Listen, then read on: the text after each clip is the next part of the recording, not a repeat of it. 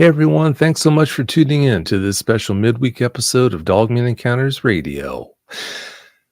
There never is any such thing as a good place to have a dogman encounter, but there are certain places where, in my opinion, it's even worse. It makes the encounter even more traumatic. As you're going to hear when you listen to tonight's guest, Dana, come on and talk about the two encounters she had. The first one happened in one of the most vulnerable places an eyewitness can be when they have an encounter. Of course, I'm talking about the fact that she had it when she was lying in her own bed when she was a little kid. Well, I guess before we get into that any further, I think the best thing to do would just be to bring her in here and introduce her. So I'm going to do that now. Dana, thanks so much for coming on the show. Hi, Vic. It's great to be here. Well, it's great having you.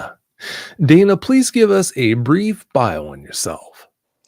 Um, I'm in Mason County, Michigan, and I just moved back a year ago. It is my home state. It's my area where I grew up in, and I was born in this area. Um, and 53 years old.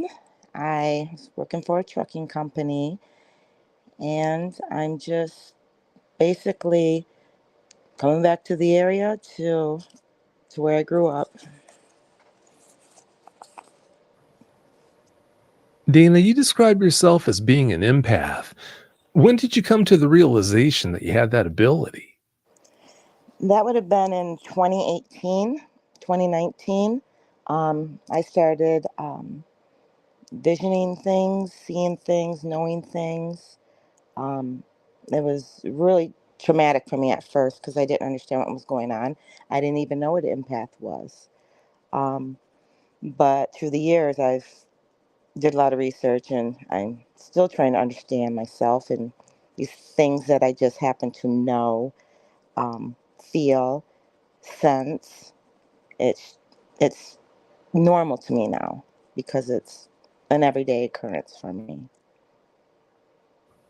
For those of us on the outside looking in, it's all too easy to think that it would pretty much be nothing but perks having that ability, but I'm sure there are a lot of bad things that come along with that as well, aren't there?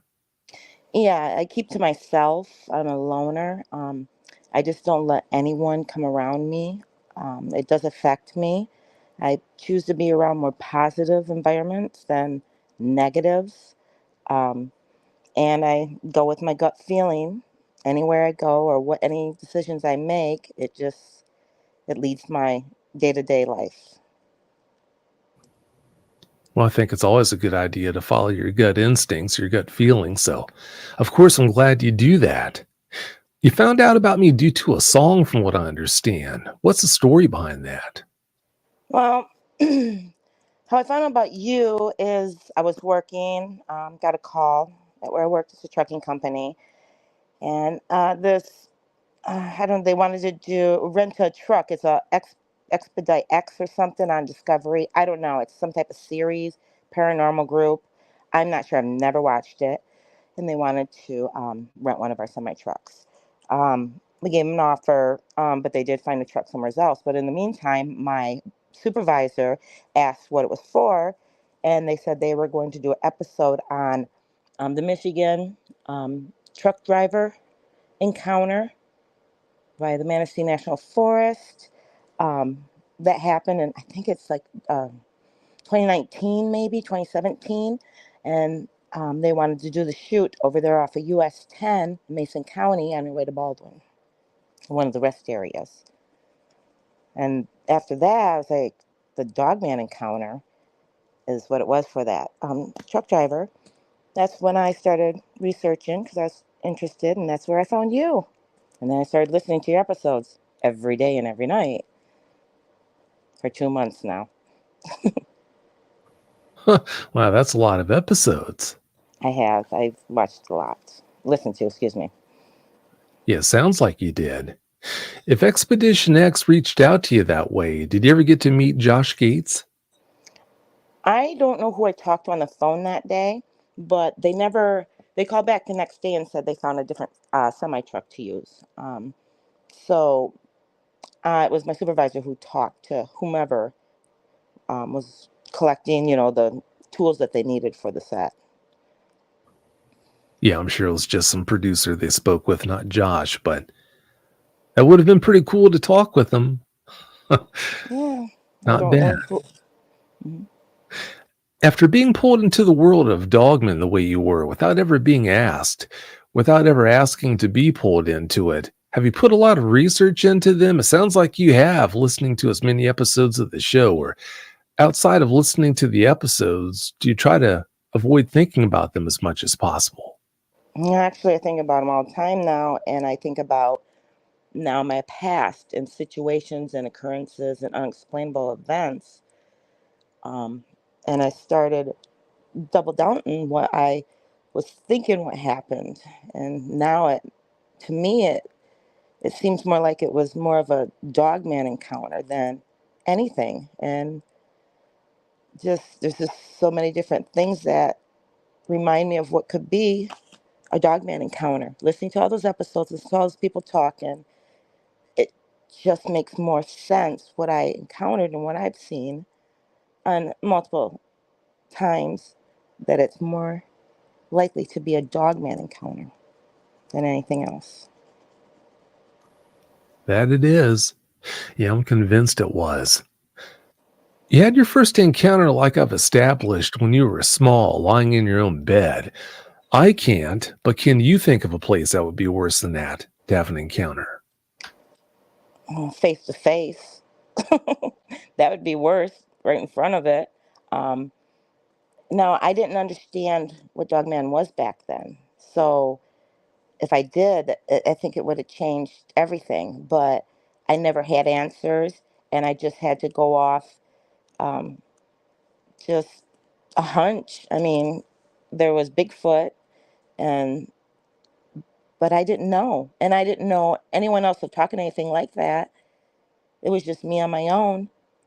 So it really didn't affect me as much as it does now, because now I'm thinking back that I understand now what it was.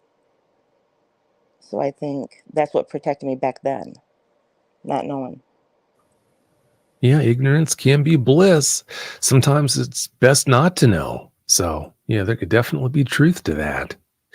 You've got a theory about the connection some people have claimed that there is between blood types affecting a person's likelihood of having dogman encounters. Please talk us through that. Being that I'm RH negative, I'm a negative. I can sense other people that are RH negative around me very easily. Anytime I'm out in public, I can always pinpoint who they are. Now, listening to the Dogman Encounter episodes, just listening to the people involved and the behaviors and all that, I usually, while listening to it, thinking, well, I bet you that person's the RH negative, or this person, or that person. I say it to myself when I'm listening to the episodes. And being that I know that through research, a lot of Native Americans are RH negative blood. Um, and being that the dogmen tend to be around Native American land reservations and all that, that makes me wonder, kind of like a correlation. I believe there's more of a correlation because of the empathic ways, the seeing things differently. With RH negative, they have different features and qualities that are stand out differently. Their sensories are more heightened. There's just things about there's lists out there if you research about RH negative type blood and what kind of like they call them gifts, and it just falls into that, and that's where I think where they're more prone to see paranormal events um, or sense it. So that's why I find very interesting that I believe that these dogman creatures, I don't think just anyone can see them. I think there's got to be something. I just don't think just anyone can see them. Well, you just might be right about that. You might be right about the blood type playing into this and having an effect on your likelihood of having an encounter with these guys. You're far from the first eyewitness, from the first person for that matter, I've heard postulate that idea. So, yeah, you just might be right about that. All right, Dana, please tell us about your encounters now. Give us every last detail that comes to mind. Okay, well, I from Mason County, Michigan. Uh, I would have to say, yeah, just a couple of miles off of US 10. Um, North is where my family's property is, and this is only 20 minutes away from Ludington, Michigan. There's 58 acres. It's thick wooded area. Our main two houses on the road. Growing up, actually, it was the only two houses on the road. My parents owned both of them on the same side, and the road is about, I'd say, half a mile long. And at the end, there's a cemetery down there. Our property in the 58 acres has swampland. Does have two tracks going through it. Um, it's very woodsy and it's always been very creepy out there. Neighbors are far away. Sometimes in the summertime, on a nice breezy day, you can hear the neighbor a mile away whistling because his whistle will carry through the wind. But no, it's country land. My family owned animals, cows, horses, pigs, rabbits, um, chickens. They had different animals. I was young then. Um, as we got older, less animals. We were raised on venison and rabbit too. But yeah, it's just a lot of farmland around us too, cornfields. The lake is across the road, um, just right across the road. I'd say, I don't know, about 3 blocks away, if you want to think of it that way. So there's our lakes there. And there's a power line that runs through the center of, right through our whole 58 acres too. And what's neat too is that the ley line that runs through Ludington and goes across Michigan is the same ley line that runs through our family property too. So it's kind of interesting that, you know, with the ley lines too and the paranormal that caused from that.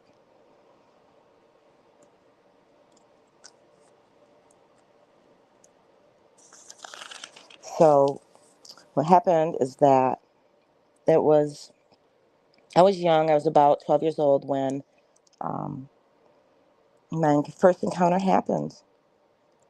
It was a nice day. It was a school night. Me and my sister shared a bedroom. Lived in a house that the middle section was 2 stories. Um, the west side was the kitchen and the back room and the basement of the 2 stories. And on the east side of the 2 stories was a 3-section house. It was huge. Was the Me and my sister's bedroom that we shared. My mom and dad's bedroom on the north side, and then the south side would have been the living room. In the middle, 2-story section is our second living room that would be facing the north side. An extra bedroom and a bathroom on the south side, and upstairs was 2 bedrooms that were split by the stairwell. Are you still there? Hello? I sure am. Okay, I'm sorry. I thought I got disconnected. No problem. Anyways, so that night, my parents always listened to the 11 o'clock news. Now, being that me and my sister, there's 14 of us. I'm the youngest one. I'm the baby of the family. Um, I have 13 other brothers and sisters, but a lot of them are gone because I'm the youngest. So there's only a few of us, half of us in the household at the time. And it was nighttime, and me and Chris always stay up, always get yelled at. We're supposed to go to bed. I can hear the 11 o'clock news come on. We only had 3 channels back then. And parents would always listening to it. And being that our bedroom was right next to the living room, we could hear it. And I remember Dad repeating what was just said on the news that Bigfoot was sighted lower Michigan just by the Mackinac Bridge. My dad repeated it and laughed about it and says, I know there's a Bigfoot. You always believed in the Bigfoot. Um, so I thought it was interesting. It kind of like spooky, a Bigfoot, because Dad always talked about it wasn't that spooky, because he did always talk about it. So as we're laying there, trying to go to bed, my sister fell asleep, And I'm laying there, and we had night light. We always have night lights. And all of a sudden, I'm looking at the wall, and then I'm like feeling weird, and I look up, and the window in our bedroom is high up. So, like if I was to walk up to it, I'm about 12 years old. I walk up to it, my head touches the bottom. I can't see out of it. So, but here I am laying in bed, and our bed is facing the foot of the bed is right directly there's that window up high. And as I'm laying there, and we got a fan going, we always slept with the fan. I see this shape coming from the left side, so it'd be the west side, um, approaching the window, a shadow in it. And it didn't make any sense to me because, well, I know everyone was sleeping, and the family does like to play tricks on us. Um, but it didn't make any sense because our yard light was on the east side, and this was coming from the west. Our road was right in front of the house, and even if the headlights, cars were coming down because it was dark out, it still wouldn't have made sense because the way our bedroom was from the middle section of the house, it was in about 3 feet, 4 feet back behind, and there's a lilac bush that covers in front of that window, um, in our bedroom and part of my parents' bedroom. So it's like a little crawl space you would have to get in. It just didn't make any sense for a shadow to be up so high, and the way it eased in, like it was 7 or 9 feet tall. Whatever it was, it smoothly started coming across the window, and I immediately had this horrific fear run through me. The sense of this is not right. This is not right at all. This can't be somebody messing. I was so terrified. All I could do was close my eyes. I, I didn't want to see anymore. And as I'm laying there, I get this weight of this heaviness all over my body, like something is directly staring at me. And I know that even as a child, if you get that feeling somebody's looking at you, you turn around and somebody's looking at you. Well, this was that feeling, but so intense. It was so intense that I couldn't even move. I felt like I was paralyzed. I wanted to wake my sister. I couldn't even move my arm just those 2, 3 inches over just to wake her. I couldn't move. I was paralyzed. I was trying to breathe, control my breathing without hyperventilating. The terror was real, and it was so scary. I don't know what happened after that, but I laid there quite a long time with this horrible feeling. And then the next thing I knew, my mom's yelling me and my sister's name to get up for school. I don't know what, it just seemed like a snap of a finger.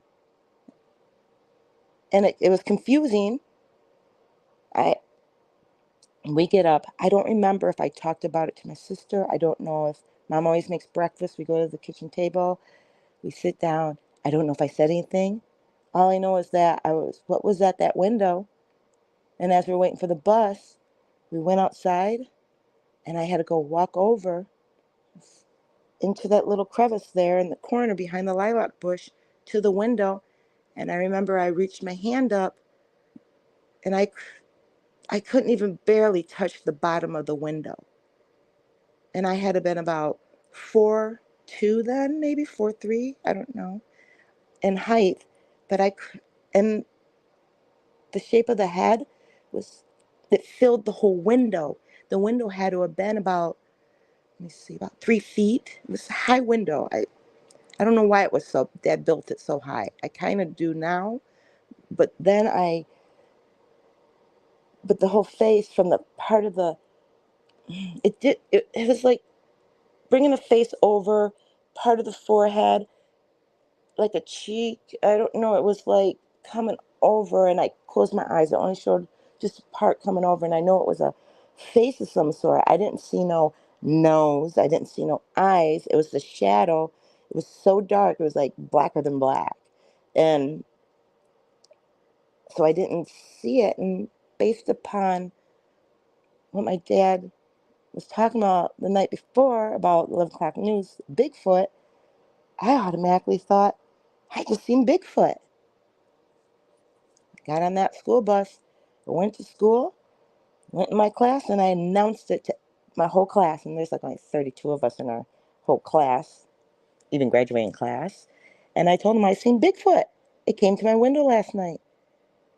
And people laughed, of course, because that was something that was never really talked about. Well, it didn't bother me any. I don't care how much they laughed because I knew what happened. It was real to me. And to me, it was Bigfoot. And throughout all high school, even to graduation, even to this day, I talked to some of my classmates. They remember me talking about Bigfoot and that I seen it. So that was my first encounter, thinking it was a Bigfoot. But now it makes more sense that it's a Dogman because of the other encounters that I had later in life.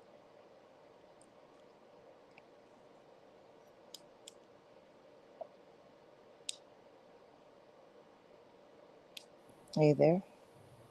Take your time and please tell us about them. The next encounter would have been when I moved out. I got married, moved out. I was gone for many years, traveled the world, even another country. Um, but I always come back to Michigan, back to Mason County.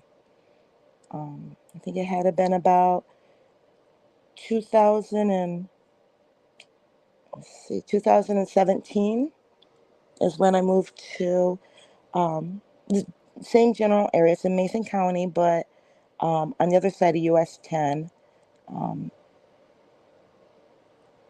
just about 3 miles, 2.5, 3 miles away from my parents' house in a little town called Walhalla. And I lived on off of First Street, and it crossed with another road. So I had this big, long yard that went to a peak where they crossed, like a Y, like. And the house is always creepy. I didn't like really care living there because it's just creepy. It's really dark. There was no yard lights. It is just always really dark out there, and I'd hear tapping ever so often on the windows. Just very spooky.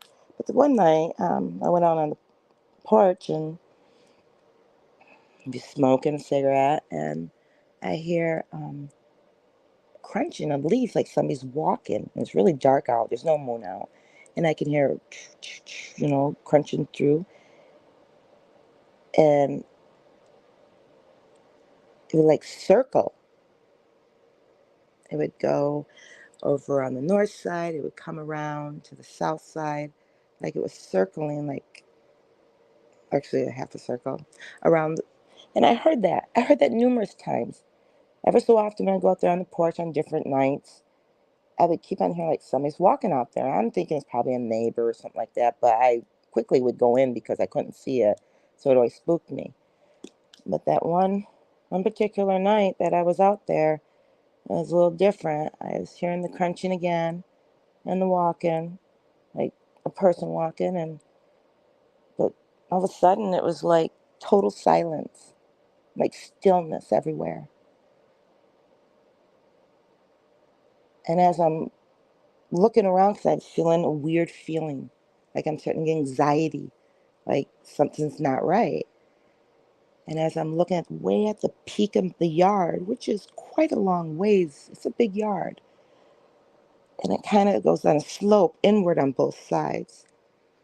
And as I'm looking, all of a sudden I see this big mass, like a huge dog. And it was dark out. I had my um, porch light on, but it didn't reach that far out there. But when I'm looking at, it's like coming down that little slope off from the road where I just heard the crunching just a little bit prior before it got silence. And all I thought was, is that the hell dog? And I hurried and ran inside thinking, what did I just see? Because it was blacker than black. It was like, I seen it, but it was so black it didn't make sense to me how I can see it in the darkness. And it was running on four. I didn't see its face. I just thinking, well, it wasn't a bear. It was some type of dog, but it was too big. I'm thinking, right, was it? I'm seeing a hell dog, but I wasn't sure. Well, now that I look back, I think I know what it was now. I couldn't stay at that place. It was too creepy. My plans were to move to North Carolina with my kids.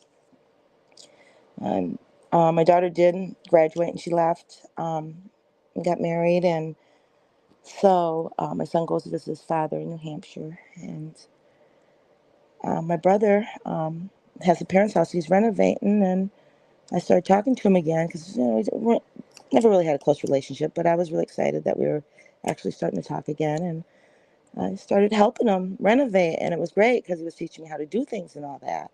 Um, you know, to gut the place out and then to put fresh walls up, insulation, all that. It was great bonding time with me and my brother.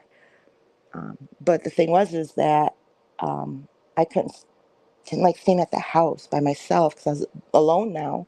So he let me stay there at the parents' house, and things started happening, odd things like the tapping the windows at between 2 and 4 o'clock in the morning. Um, I had a previous relationship that wasn't going so well, and I didn't know if they knew I was there and was messing with me. I didn't know. Later on, I found out that wasn't the case. Um, but just the tapping was horrible. Um, Animals did come around there, a lot of them. Um, the deer were everywhere. So many deer around there. And they would start congregating in the front lawn. I don't know why.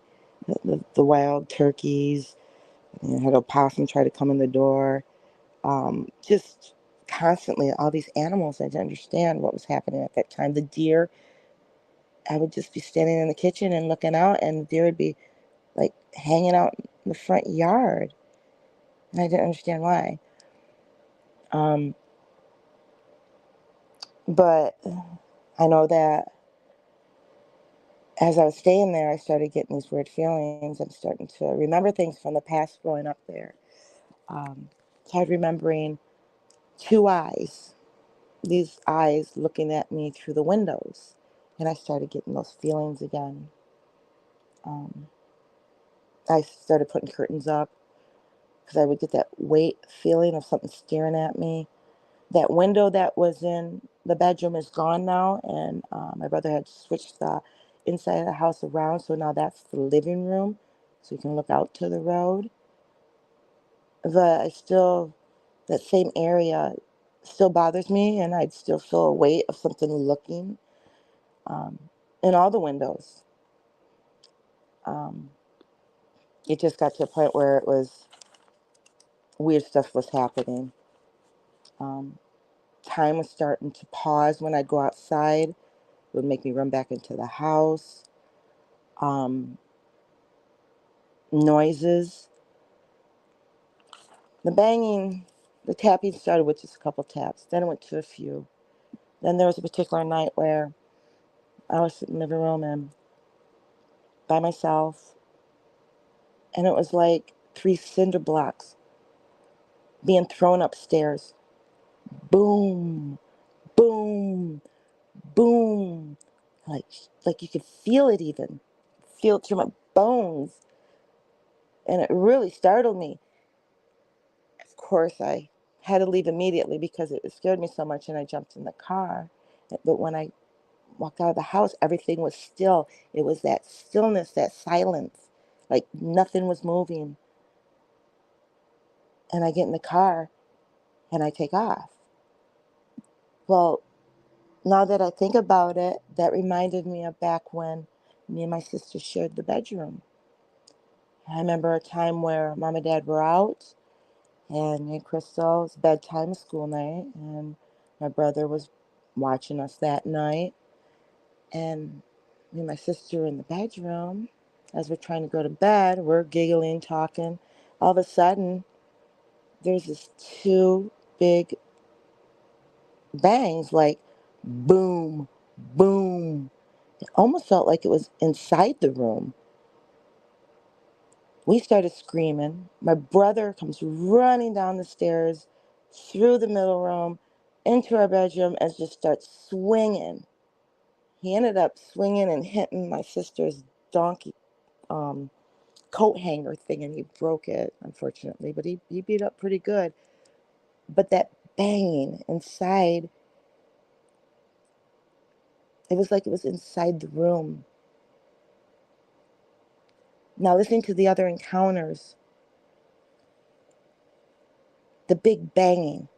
I don't know what episodes they are, but the one where they're hitting outside the house and it would shake the house, big booms, and they would go out there and try to mimic it afterwards, and it doesn't even come close to the extent of how hard and how loud and how just the vibration and how you feel it, it's not even close. These big booms are similar to what it sounds like is happening to the other episodes and how people come across the stillness. I don't know, but it just makes more sense to me. My dad always kept rifles by the door. My dad always come in before it got dark. We always kept our dog on a chain for like 12, 13 years. People thought it was cruel. I, I'm thinking differently now because we lost a lot of dogs through the years. And I'm wondering, Dad always said and it was down the hill from the house, is to warn us if anything's coming in the yard. Now I'm thinking, I think my dad knew more than, I think my dad shared a lot. He's, fortunately, he passed in 1999, so I can't ask any of his questions, but um, I think he knew something. He walked that property almost every day.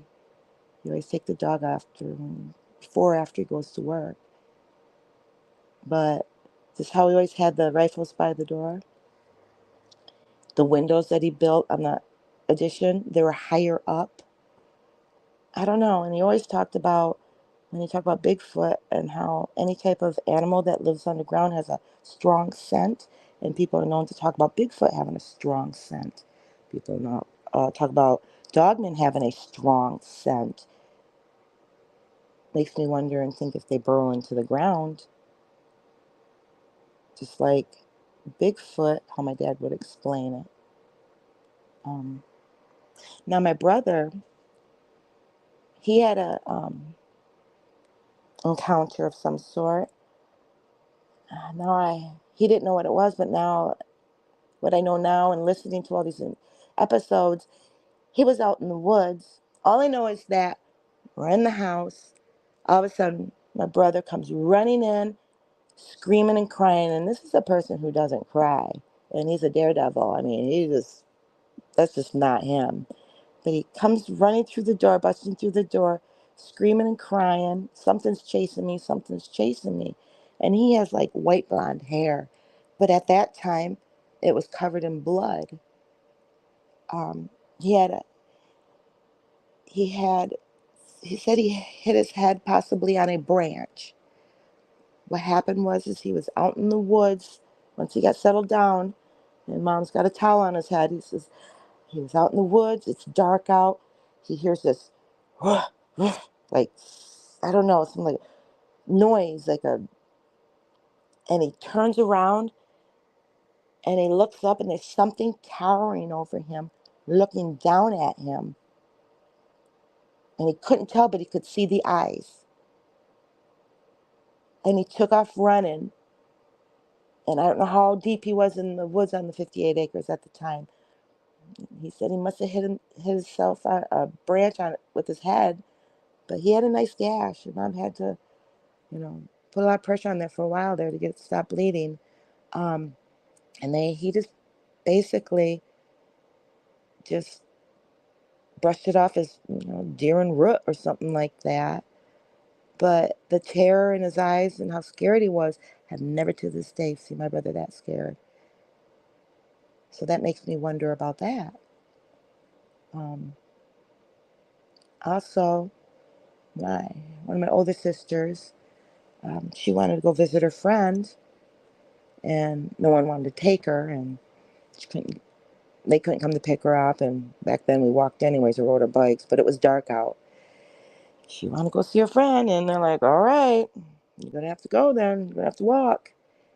And she hesitated, but she wanted to go that bad. She went out the door, and as she went out the door, she got to the end of the yard, and she comes burling back and busting through that door, screaming and crying. And she's yelling that there's something in the lilac bushes, moaning at her. She never went out after dark again after that. And we've always known that our lilac bushes moan. But again, I think it was more than just, I think it might have been something else. Those are some of the encounters that I do recall. There is um, other paranormal things that is, you know, another story, many paranormal stories, but those are the ones that I have that I've surfaced so far.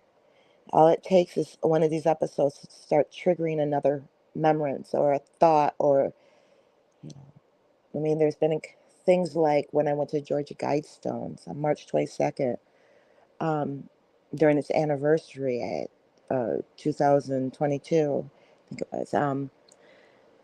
There was a pastor there. Actually, he was an author and a pastor, and I got a book from him too. He wanted to do a prayer. I told him I traveled a lot. Because of the traumatic stuff that happened at the parents' house when I was there those 8 months, it messed me up quite a bit, and I was on the road for 3 years, um, trying to figure out what I all experienced and try to make sense of it. So I stayed away from everyone and stayed to myself. But one of my stops was at the Georgia Guidestones, and the pastor, I told him that a little bit about the parents' house and the paranormal stuff I encountered. And he wanted to pray for me. There was another couple there too that wanted to join in and did a circle. And as praying, this horrific rotted meat smell blew across all our noses. I call it like the maggot smell, garbage smell. It was really strong, and it quickly blew across while he was making this prayer. Now, mind you, Georgia Guidestones, there's um, cattle around there. It's woodsy on the outskirts of it. It's out in the country. And the Georgia Guidestones, of course, is in Georgia, and that's Alberton, Georgia. I've been there like 4 times. But that smell, now that smell I knew, I've smelt it many times, but I have not yet surfaced when, because it's like I can't remember a lot of things as a child from all the trauma growing up. I haven't opened those doors yet, but I know that smell, and I know it's a bad, bad smell. And there was no garbage around us there. We were at the Georgia Guidestones. And then after he got done praying, I looked at the pastor. I go, "Did you smell that?" He's like, "Yeah, what was that?" I go, "I didn't like you praying." And that couple, the female of that couple, started crying and walked off, and they both left immediately and quickly. So that was another interesting encounter that made me think of possibly Dogman surrounding.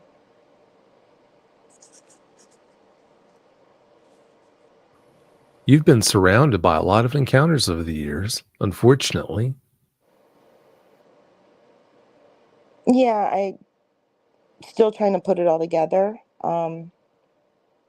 I didn't even think of any of that stuff until 2018, 2019, when things started changing and I starting to understand things, um, feeling things and putting things together, because I was more about always partying, always doing my makeup and my hair, having fun, just laughing and all that. I didn't blew off everything. I didn't pay attention to it. I never looked into it. I didn't do the research. I didn't care about that kind of stuff. I didn't want to believe it. But when stuff was thrown at me, like really strong. 2018, 2019 was rough on me. It changed my whole outlook of life and just so much. And I'm still continuing to get, you know, encounters, or, like paranormal encounters and stuff like that. But I'm more apt to just go with it and just, because I've had so many. I don't panic anymore. I just, okay, I see what's happening. It just calmed me down, but I still stay to myself. I do go out in the community. I do try to share my stories to people. I try to test the people to see how they feel about it. And if I can feel that they're going to be interested, I'll start talking more. And I like the feedback I get from them, because I found out just a couple weeks ago, one of my friend's nieces, um, she lives in the area where my parents' house is. She has very bad feelings because that place is something wrong with it. There's something not right there. Um, Another friend of mine, she can't even go down that road all these years. Because I talked to her in 20, 2021, I think it was. And she would tell me when she used to live at the end of the road by that cemetery, um, that she was about to say her last name. My family's property creeps her out. And this is not just her. There's a lot of other people in the community that feel that weirdness around my family's property. I mean, there's been eyewitnesses seeing UFOs going in and out. I've personally seen it. My sister has. My brother, my father, um, neighbor. I mean, I'm collecting still different people I don't even talk to have seen sightings, UFO sightings, let alone, I don't know if they've seen any Dogman encounters. That's why I thought it's so important for me to come on tonight, Vic, is because when I listen to all your episodes, I mean, Lake County, Oceana County, Manistee County. I mean, this is all surrounding all the counties I've listened to on some of your episodes. I've not found one with Mason County yet. And that's all surrounding us. And we've got the Manistee National Forest all around us, too. US 10 goes right through us. It's it, Last week when you contacted me, I reached out to two people only. And one person is my neighbor. His uncle had a dogman encounter where it was running next to him in his vehicle. I've reached out to him. He hasn't replied back. Hopefully he will. Um, then the other one was just a friend that I know who lives out there. And when I called her,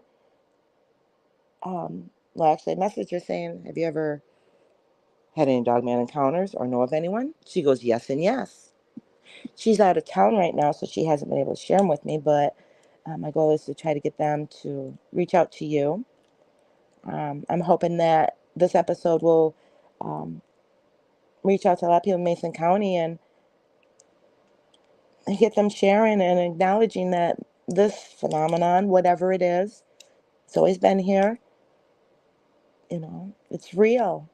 And I know that once one person starts talking, more people will start talking. People are so scared just to be the first person. So I'm hoping that this is what's going to help Mason County, acknowledge the fact that the dogmen are here and that people will step forward and share their encounters. And then that way these people who have been carrying this horrible secret or fear can find a resolution to it or some peace to it. And that's because just talking to you, it's helped me so much that I actually stopped listening to the episodes for a few days just because I felt heard and um, I wasn't alone. And it's great talking to someone who actually believes you. Because I tell people about it. I'm not shy about it. I even bought a few of the hoodie and a couple of your shirts. Well, I got one shirt here, another one on its way. I wear it out now just so I can use it as a conversation piece to make people aware of. Hoping that one person will come up to me and say, Do you believe in that? I'm like, well, yeah. And then maybe they'll come to me and start talking to me so that way I can direct them to you. That's my goal, is to make more of awareness here in Mason County.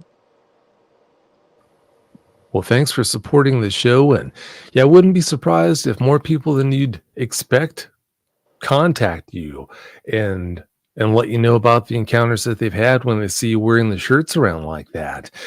I'm Hmm. sure more people in Mason County have had encounters with these guys than you'd ever believe. And I know you already know about a few of them who have told you about their encounters here recently, but I'll bet you're just getting started. I bet you won't believe in maybe a year's time how many people have come out of the woodwork to let you know about their experiences. I could be wrong about that, but I guess time will tell. I I do have another one I'd like to share. Sure. Um, so I've got this friend, and gosh, he's south of Scottsdale. His family, they have, I don't know, 100 acres. I don't know if I'm over exaggerating, but I think it is like 100 acres. And they have cornfields. They have uh, streams that go through there. You can hear the coyotes at night. I used to stay out there. Um, and of course, there's Native American land around there.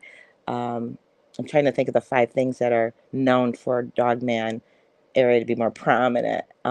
But I've been talking to him lately about the Dogman, and um, if anything, have you had anything out there? I mean, it's the perfect spot. It's just a perfect spot for it all. And he told me, he goes, well, I don't want you to get all excited, but he explained to me a situation one time where he was out hunting. It was like dusk and getting ready to dark out. And as he's sitting there at his hunting stand, he hears this crunching over by the swampy area, like biting through bones, like lots of bones. And it was, how he says it was loud enough, it got his attention. Um, well, of course, he went back in that night, but the next day he grabbed a friend because it bothered him. And he went back out, him and his friend, because it was just, it was so loud, it bothered him. He had to try to figure out what that noise was because it was not normal and it was really loud. He never found anything, but just the loud crunching in itself, that was very peculiar. And he's lived there his whole life growing up, but this was something that wasn't normal. And I wanted to share that too, that I collected that story, um, south of Scottsdale, this was. You've really been collecting the stories. Yes. Yeah, I'd say you have. Well, I'll tell you what, let's jump to the first question from a listener, and that question's from Kevin Tapaha. Kevin was actually featured on episode 350, where he talked about a really traumatic dogman encounter he had. If you haven't listened to episode 350 yet, I highly recommend you listen to it because, Okay, well, yeah, that was awfully intense what he had to go through, unfortunately. But nonetheless, Kevin wants to know, do you feel like your encounter will likely ever happen again in the future? fortunately, being the path that I'm already in, um, I think I think it will continue, and I think I don't want to, but I can't stop thinking that I'm going to have an encounter where I literally see a dog man. It's That's what this is coming to. It's happened with me with another cryptid. Um, there was years of the Mothman, for instance. I did see the Mothman. That was March 22nd, 2020. Yeah, that was during the COVID thing. That's another story, though.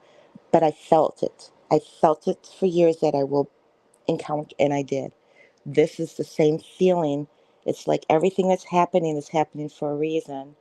Um, my job, I get the call, didn't know about Dogman, and then now I'm doing, research, and Dogman Encounter Radio, and then now it's triggering my past memories, and I'm connecting dots, and now I'm going out and I'm reaching out to other people to to find more information.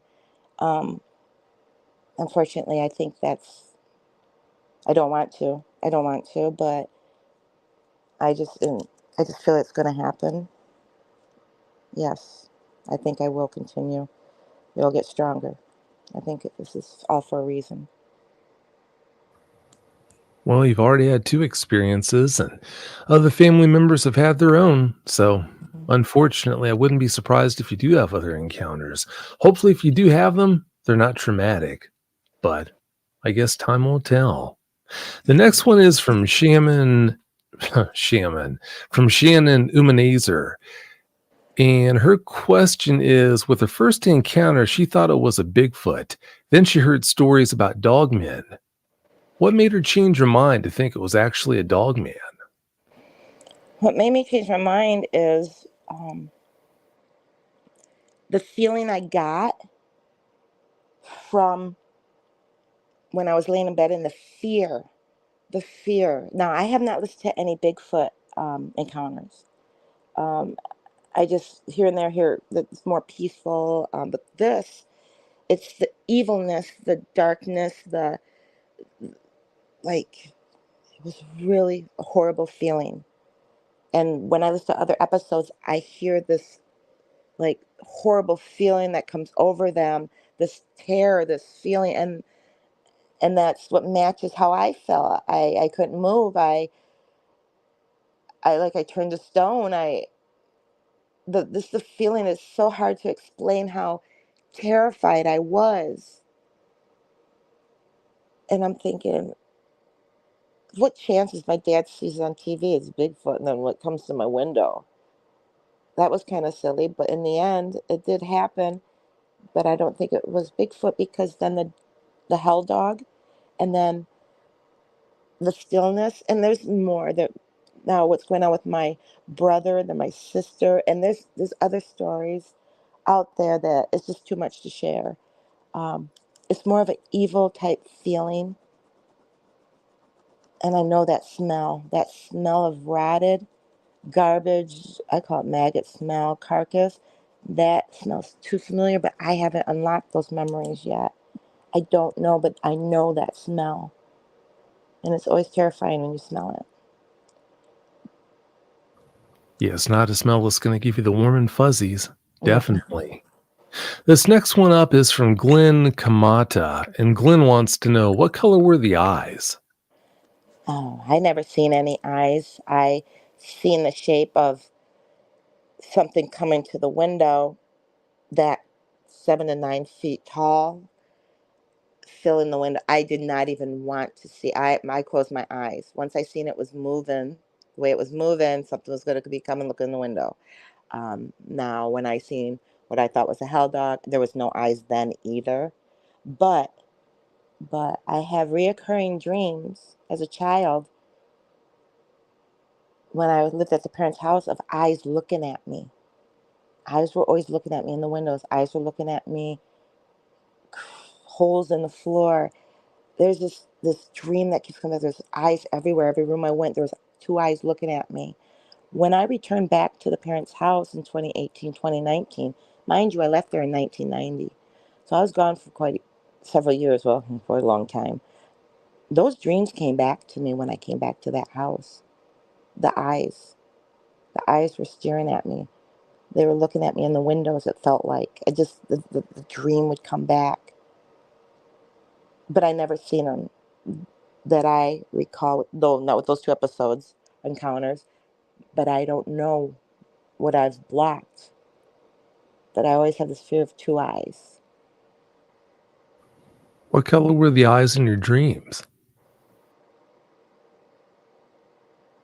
I don't remember. Oh, that's all right. I don't remember. No problem. That's okay. No biggie. It gives me goosebumps. It just gives me goosebumps. You just asking.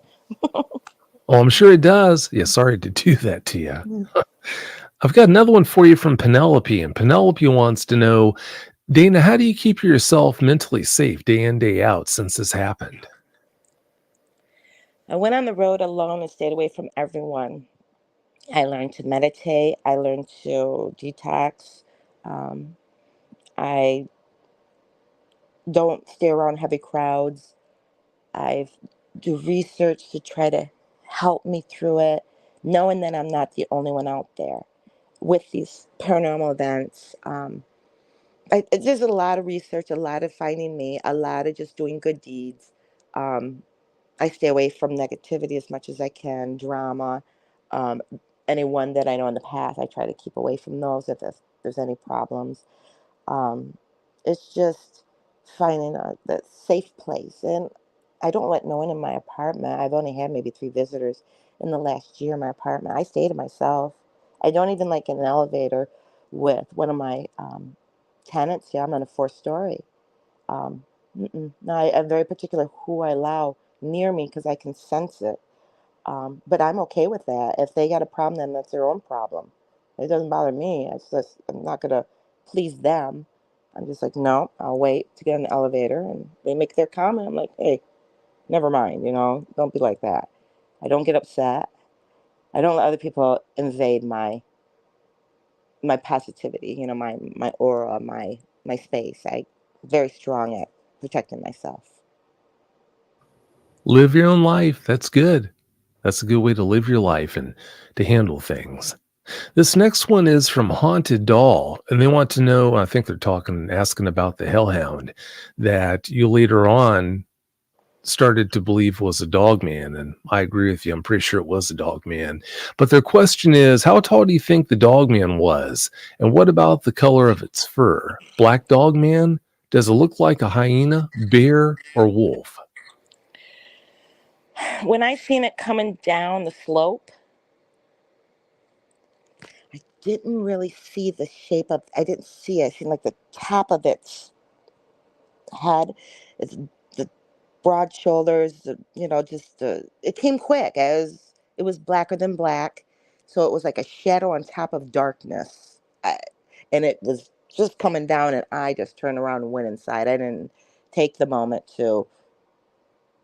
Well, I did for a second, thinking, "Is that a dog? That's too big to be a dog. It's not a bear." With a few seconds of thoughts in my head, but I just nope, and went inside thinking, I don't know what that was, if my mind is playing tricks on me, but everything was silent. I didn't hear no noise. There was nothing. I can't tell. I know it wasn't a bear. I just know it wasn't the way it moved. Um, I just didn't know about dogmen. I just called it the hell dog because it's a dog, and it looked scary, and it was big, and it wasn't normal, and that's how I can correlate it. Well, no one can fault you for thinking it was a hellhound because it just might have been. But listening to you describe it and everything, I'm pretty sure it was a dogman instead. But yeah, I could be wrong. This next one is from Glenn Kamada, and Glenn wants to know, did it stand up on 2 legs, and how tall would you say it was? Now we're talking about that um, hell dog man thing that came in the yard. It just was.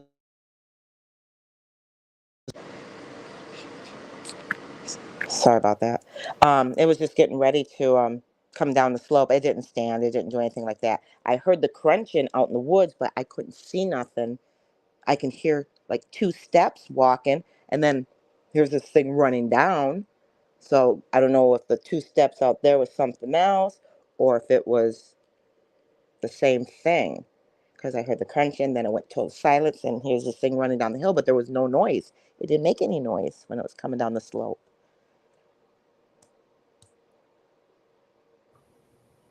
Yeah, sometimes they move silently like that, so it happens. This next one is from Angel Ruiz, and Angel wants to know, did you feel a psychic slash mental presence? Yes, Angel, I did. Um, I feel, you feel it. You feel like something's entering your space. This heaviness is, I can feel it then. Yes, definitely, most definitely. But I was new and I didn't know what was going on with me then. Um, but it was my sensory that um, triggered me to look over in that direction because I felt something was coming. Um, but like I said, I was very new. I didn't understand things back then. And a lot of things were happening to me that didn't make sense to me. And But yes, Angel, I felt it before I seen it. This next one is also for that second encounter, I'm pretty sure. Glenn Kamada wants to know, did you ever notice a tail? That I never paid attention to anything like that. I just remember the like top of the head, the way it was coming down the slope, the shoulders, and then its back end. It was quick. There was no tail that I seen waving, or if there would have been, it would have been tucked. I don't know, but I didn't see anything like that. It was like burrowing down real fast, like it was on its way to come and get me. Not a good feeling at all, obviously. This next one is from Glenn Kamada, and his question was answered early on when you talked about your first encounter. But his question nonetheless is, was there a feeling of dread in any of your encounters?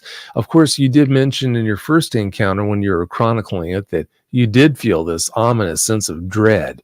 But what about when you had that second encounter? There was a lot of other paranormal things happening to me at that time that was very confusing, to where I didn't know. It wasn't The first time around was the worst. When that thing was burrowing down like that, I was still second guessing my mind because there's so much other things happening around me, um, that was already traumatizing me too. For instance, this is another thing that was happening. I would have a big cry out of the blue in the day, and um, within 2 weeks, a person would die. Um, the person that I would tell that I had this big cry, I go, I don't know why I have to tell you this, but I have to tell you that I had a big cry today, and I'm supposed to tell you this. And it's usually the person I told within 2 weeks. It's that person and myself would know that person who dies, and it would be somebody close to the person that I said it to. It happened like with 7 people within 2 years. It was very creepy for me. Wow, that is creepy. That's Yeah. pretty ominous. I've got another one for you from Beverly Jager. And Beverly wants to know, have you thought of putting crosses up through the house for protection? In the place that I'm in right now, n- no, no. I have read the Bible. I'm 90% of the way through it. But no, I have other things. I'm more of a natural type person with which I just don't want to discuss, the rocks and the crystals and stuff like that. And I do have my Bibles here that are 1892. I got a couple of them that old, but nah, I have other decor. Wow, those are old Bibles. Yes, they are. Yeah, they couldn't have been easy to get.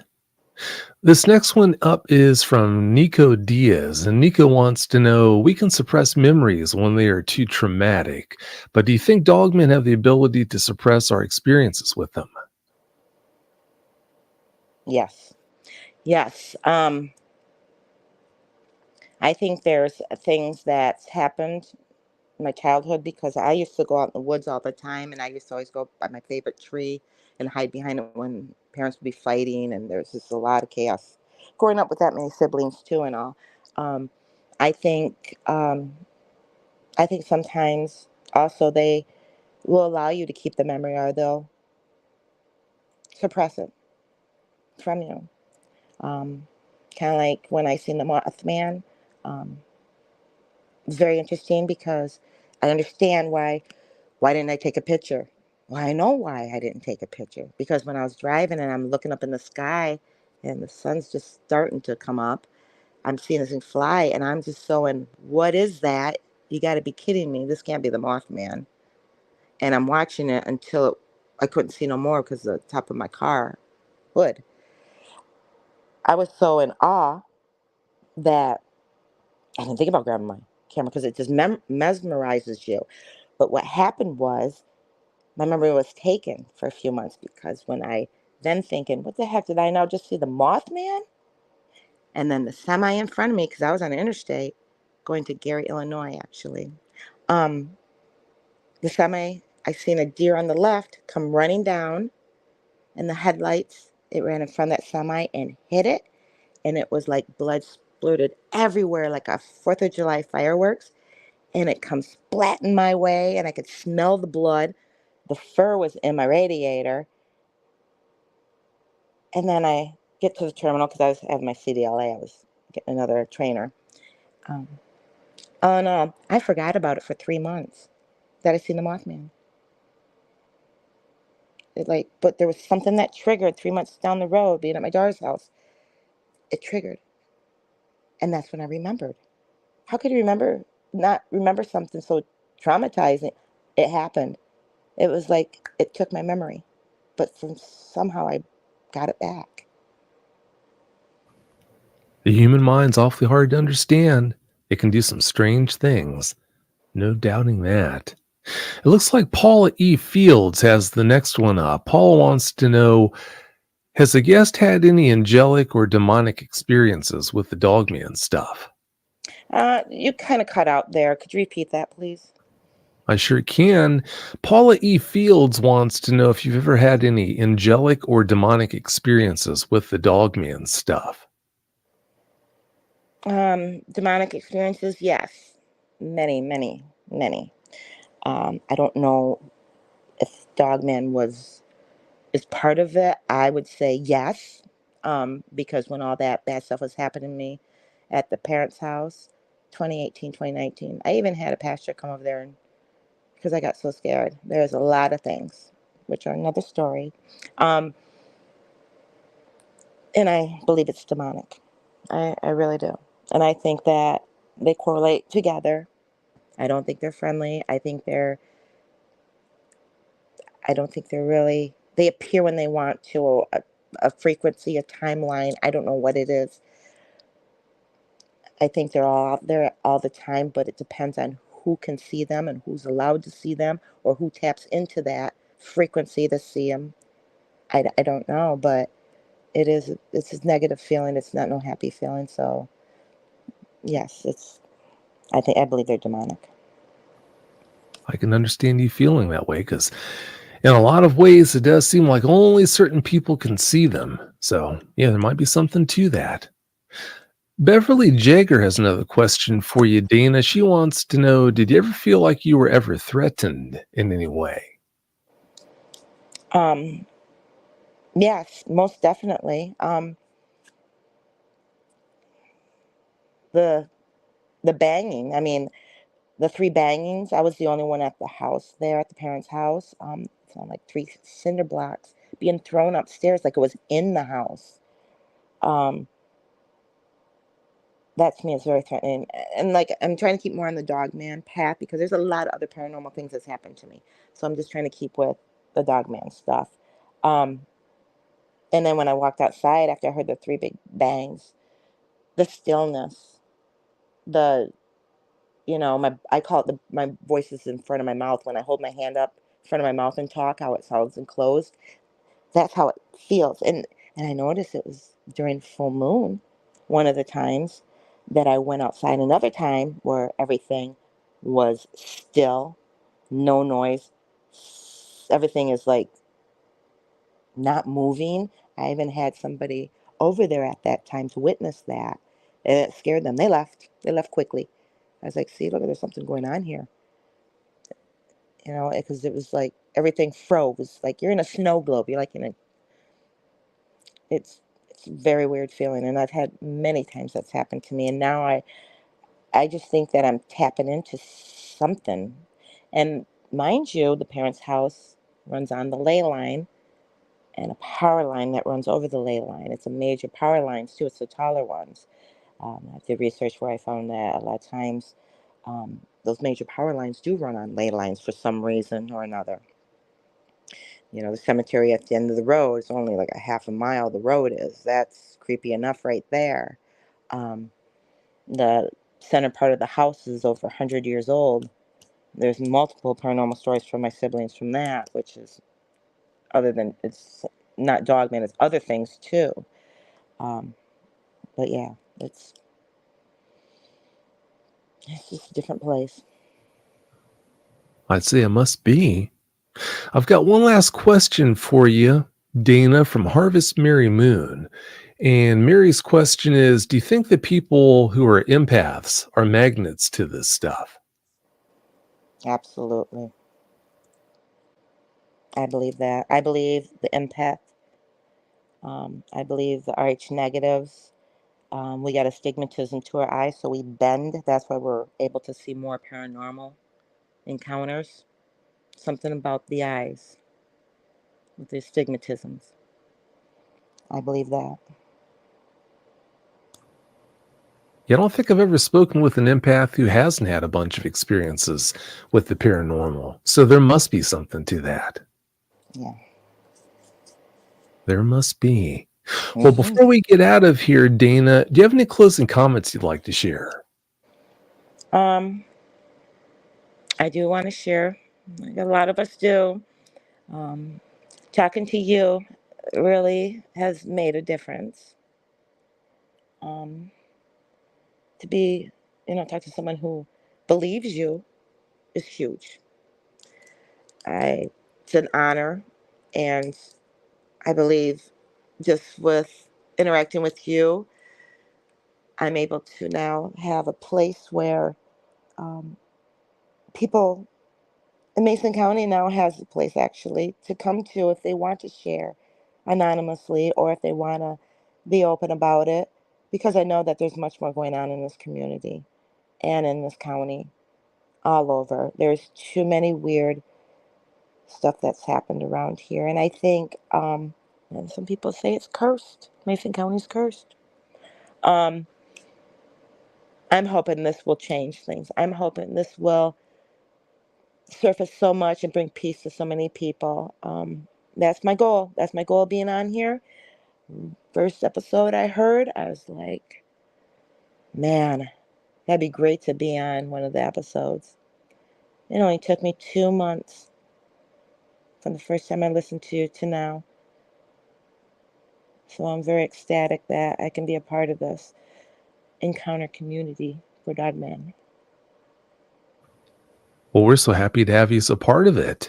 Yeah, please remember, you're never going to be alone in this ever again. So if sometime down the road you do need help again, please do reach out to me and let me know. And if you do that, of course, we're going to schedule another phone conversation so I can find out what's ailing you and we'll get to the bottom of it, okay? That'd be great. Thank you so much. Oh, you're welcome. Yeah, that's what I'm here for. But having said that, yeah, thanks again so much for coming on and sharing the details of these experiences with us. I really appreciate it. Thank you. You're welcome. Thanks again for your time and have a great night. You too. Thanks. We'll see ya. All right. Bye. Bye. And for everyone listening, thanks again so much for listening to the show, for supporting these eyewitnesses. Like I've said several times before, you're never going to be able to appreciate how much of a difference you make. It makes a huge difference when these eyewitnesses can see all the support pouring in from you from all around the world. So, of course, I can't thank you enough. Also, if you've had a Dogman encounter of your own that you'd like to speak with me about in private, or if you'd like to come on the show and share it with the listeners, it's really easy to do that, to set that up. If you just go to dogmanencounters.com, submit a report, then yeah, I'll contact you and schedule a phone conversation with you. But having said that, thanks again so much for listening and have a great night.